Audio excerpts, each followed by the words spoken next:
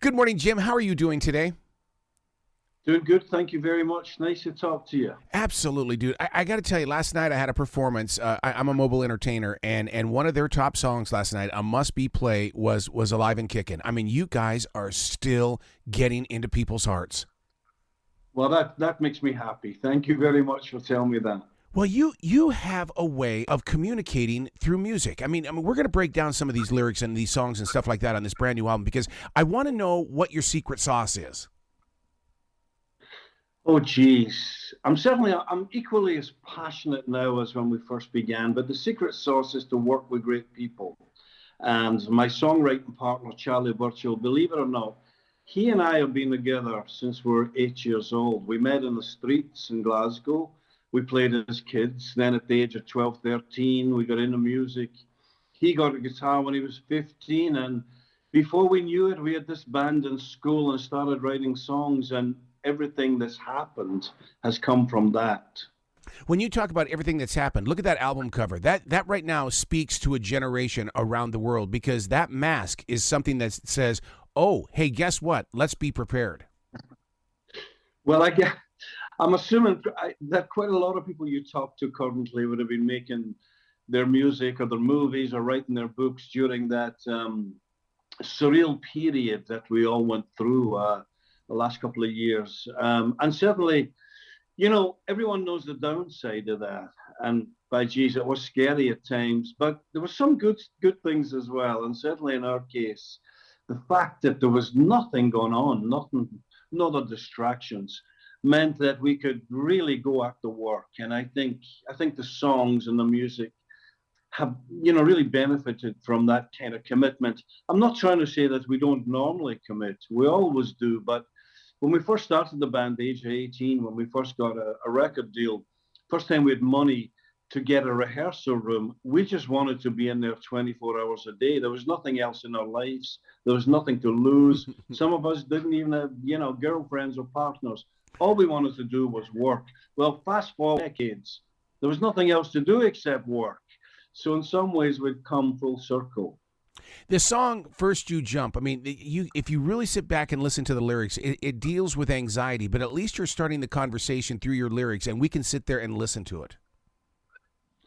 Well, that's right. I mean, musically, we always try to, get a good balance, reverting back to the early original art rock days of Simple Minds, but hopefully bringing in the wisdom, the experience of where we are now, but also bringing in some of the subject matters lyrically of what's going on in the world just now. And as we all know, anxiety is quite a deal these days. People go through all manner of stuff. So it was a kind of poetic way of saying, don't be scared, meet your fears head on.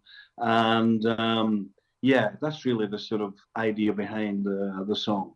Your videos were created in Sicily. Wow, wow. I mean, because I never even thought about going to Sicily to create videos.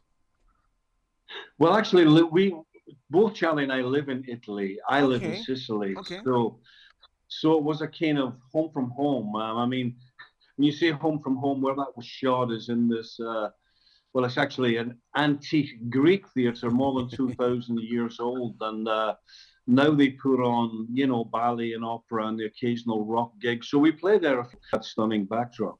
That when you step into a theater like that, because we have one here in Charlotte as well. I love going in there to listen to the walls. Did you find yourself in a moment like that as well, where when you stepped into that theater, it's like, ooh, there's something here.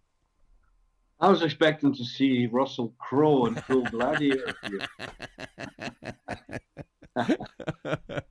Let's talk about the song. The album right here proves it's not your typical album in the way where every song sounds the same. Every song does not, and this one has its own journey. Saying that, it is true. I think they all. I mean, I think they tick a lot of boxes. Simple Minds through our career in itself has a lot of different styles going on. Yet, essentially, it still has that Simple Minds spirit, or at least we hope that it does. The one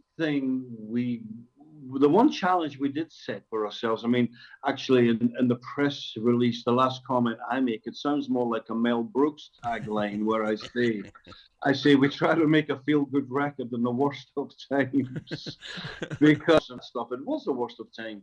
but we wanted to make an upbeat record. We wanted to make a somehow a positive sounding record, something, energetic, and something that really belies how long we've been in the game. And hopefully the record, as I say, ticks all those boxes. It is a total escape because I don't know how many times I hit repeat in listening to it because, I mean, it's one of those where you just kind of just really get into every vibe. And I sat there and I thought, wow, maybe the reason why I'm loving it is because I was that jock that was on the air from 7 till midnight that was playing electro rock when it first appeared on the music scene in the 1980s. And this right here takes me back while being in the present.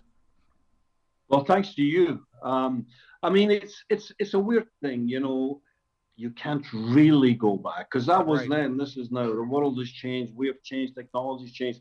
But there are some things, some sounds, some sentiments, some atmospheres where you can conjure up some of the ghosts of the past. And I hope we managed to do that. And it sounds like we did, if you're getting that vibe. I totally see a bunch of EDM DJs around the world grabbing this album and doing their own little spin with it with their beats. Great. That would be great. That would be so great. Yeah.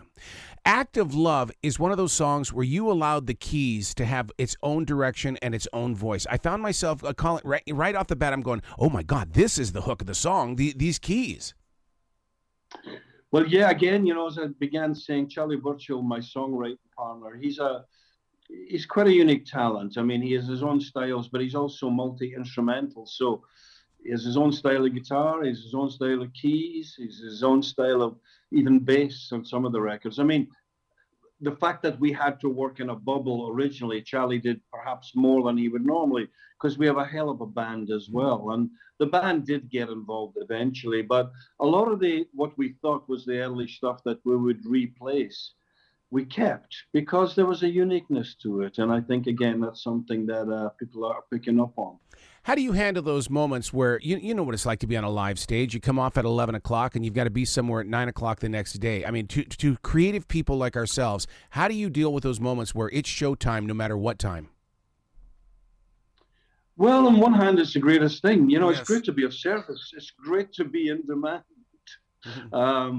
This is what we wanted. I saw an interview recently when it was just before we did our first ever gig, and it was from a little, local newspaper, and the reporter said, so, what do you want out of this? This was 1978, January.